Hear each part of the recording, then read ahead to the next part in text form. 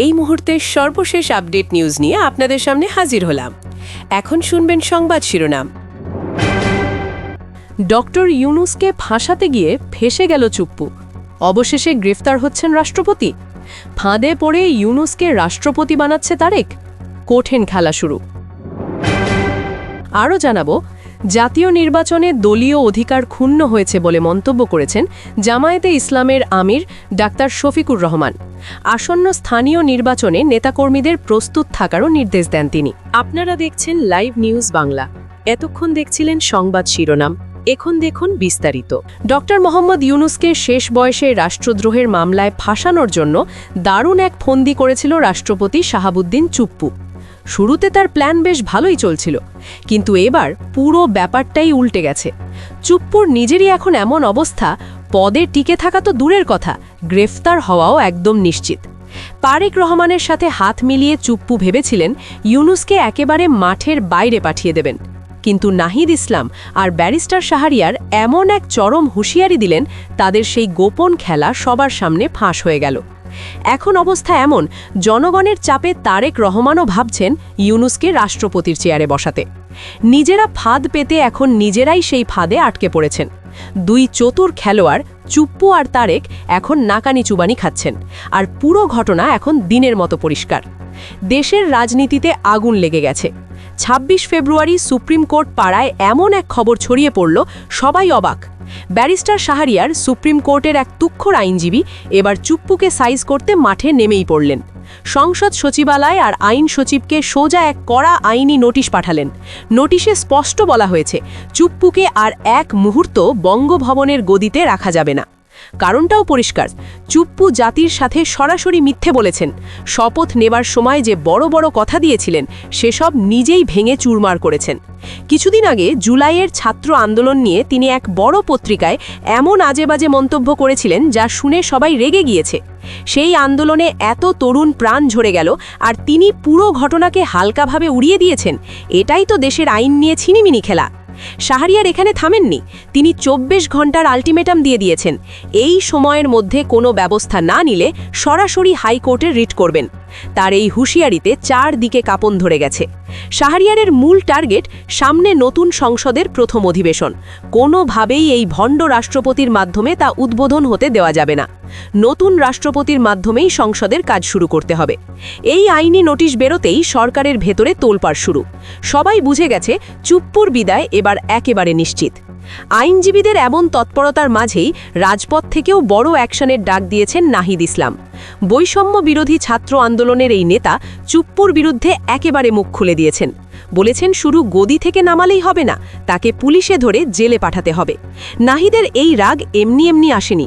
জুলাই মাসে যখন সারা দেশে ছাত্রদের ওপর অন্যায় হচ্ছিল, হাজার হাজার ছাত্র দাবি নিয়ে বঙ্গভবন ঘেরাও করেছিল, চুপ্পু দেশের সবচেয়ে বড় চেয়ারে বসেও তখন চুপ করেছিলেন, ঘাতকদের পক্ষই নিলেন। আর তার এই অব্যবস্থাপনার কারণেই এতগুলো তরুণ প্রাণ অকালে ঝরে গেল। নাহিদ আর ছাত্র সমাজ মনে করে চুপ্পুই এই ক্ষতির জন্য দায়ী। শুধু এই ঘটনাই নয়, তার বিরুদ্ধে নানা দুর্নীতির খবরও বাতাসে ঘুরছে। এতেও শেষ না, চুপ্পু একসময় শহীদ প্রেসিডেন্ট জিয়াউর রহমান আর বেগম খালেদা জিয়ার বিরুদ্ধেও বাজে কথা বলেছিলেন। নাহিদ সবাইকে চোখে আঙুল দিয়ে দেখিয়েছেন, রাষ্ট্রের সবচেয়ে বড় চেয়ারে বসার যোগ্যতা বা সম্মানবোধ চুপ্পুর একেবারেই নেই। এমন একজন মানুষের পদে থাকা দেশের জন্য লজ্জার।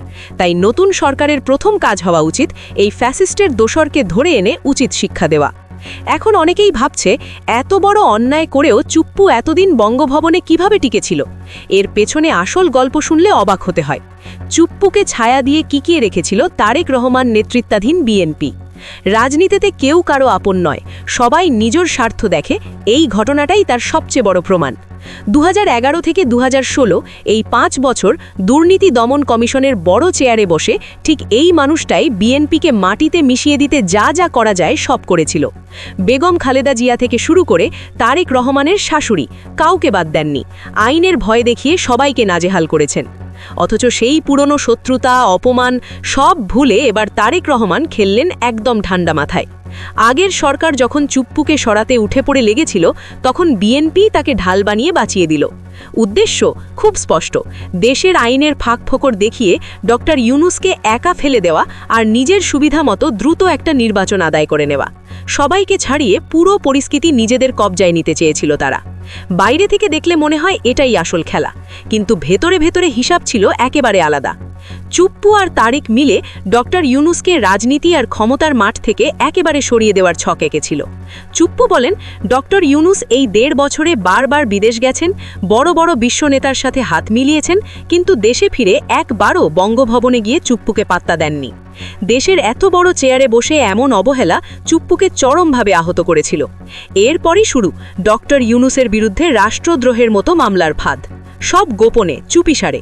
নিজের গদি বাঁচাতে চুপ্পু এতটা নিচে নেমে গেল যে তারেক রহমানের সাথে এখন তার গলায় গলায় ভাব।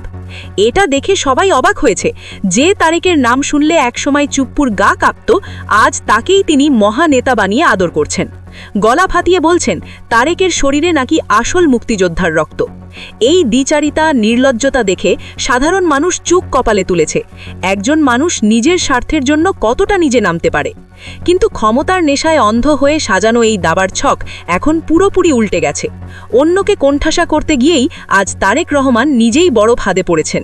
ডক্টর ইউনূসের মতো একজন বিশ্ববরেণ্য মানুষকে ফাঁসানোর এই নোংরা খেলা দেশের মানুষ একেবারে স্পষ্ট বুঝে ফেলেছে। ডক্টর ইউনূস সাধারণ কেউ নন, দুনিয়া জোড়া পরিচিতি, দেশের মানুষের কাছে আস্থার আর এক নাম। যার হাত ধরে দেশে ইতিহাস বদলেছে, সেই পরিবর্তনের সুযোগ নিয়ে তারেক রহমান দেশে ফেরার পথ পেয়েছিলেন, আর সেই মানুষটার সঙ্গেই এমন বিশ্বাসঘাতকতা মানুষ কিছুতেই মেনে নিতে পারছে না। সবাই ভালো করে জানে ডক্টর ইউনূসকে হারানো মানে দেশের ভবিষ্যৎকে অন্ধকারে ঠেলে দেওয়া। এখন অবস্থা এমন দাঁড়িয়েছে যে চারদিক থেকে জোরালো দাবি উঠেছে, এই মুহূর্তে ডক্টর ইউনূসকেই রাষ্ট্রপতি করতে হবে। তারেক রহমানও বুঝে গেছেন জনগণের ক্ষোভ কতটা ভয়ঙ্কর। ১৫ বছর ধরে দেশ শাসন করা শেখ হাসিনাকেও যেসব মানুষ এক মুহূর্তে উড়িয়ে দিতে পারে, তাদের সামনে তারেকের অবস্থান আজ খুবই নড়বড়ে। এই বিশাল জনশক্তির সঙ্গে পাল্লা দেওয়া কোনো রাজনীতি দিয়ে সম্ভব নয়। এই আকাশ ছোঁয়া দাবিকে অগ্রাহ্য করে নিজের ইচ্ছে মতো চললে নিজের গদিও যে চট করে চলে যেতে পারে, তারেক রহমান সেটা বুঝছেন। তাই নিজের অস্তিত্ব বাঁচাতে, জনতার রাগ ঠেকাতে তিনিও এখন ডক্টর ইউনূসকে রাষ্ট্রপতি বানানোর চিন্তা করছেন।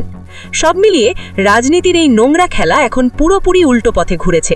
যারা অন্যের জন্য গর্ত খুঁড়েছিল, তারা নিজেরাই আজ সেই গর্তে পড়েছে। শাহাবুদ্দিন চুপ্পু ভেবেছিল ক্ষমতার জোরে আর রাজনৈতিক নেতাদের সাথে হাত মিলিয়ে আজীবন বঙ্গভবনে থাকবেন, কিন্তু এবার আর সেই চালাকি টিকল না। চরম লজ্জার সঙ্গে বিদায় তো নিতেই হচ্ছে, তার সাথে জেলের অন্ধকার ঘরও অপেক্ষা করছে। আর তারেক রহমান নিজের অতিরিক্ত চালাকি আর ক্ষমতার লোভে এমন এক ফাঁদে আটকে গেছেন, যেখান থেকে বের হওয়ার সহজ রাস্তা এখন আর খোলা নেই। রাজনীতির মাঠে বাড়তি চালাকি যে সবসময় ফল দেয় না, বরং অনেক সময় নিজের বিপদ ডেকে আনে, এই ঘটনা চেয়ে বড় প্রমাণ আর নেই। ডক্টর ইউনূসকে সরানোর যে ফাঁদ পাতানো হয়েছিল, সেটাই এখন পুরোপুরি বুমেরাং। দেশের মানুষ এখন অপেক্ষায় কবে এই চতুর খেলোয়াড়দের চূড়ান্ত পতন হবে আর দেশের শাসনভার একজন যোগ্য আর বিশ্বস্ত মানুষের হাতে যাবে। সত্য আর সাধারণ মানুষের রায়েরই শেষ পর্যন্ত জয় হচ্ছে, এটা আজ দিনের মতো পরিষ্কার। সবার আগে সর্বশেষ আপডেট নিউজ দেখতে সাবস্ক্রাইব করে আমাদের চ্যানেলের সাথেই থাকুন। আমাদের নিউজ ভালো লাগলে লাইক, কমেন্টস ও শেয়ার করুন। ধন্যবাদ সকলকে।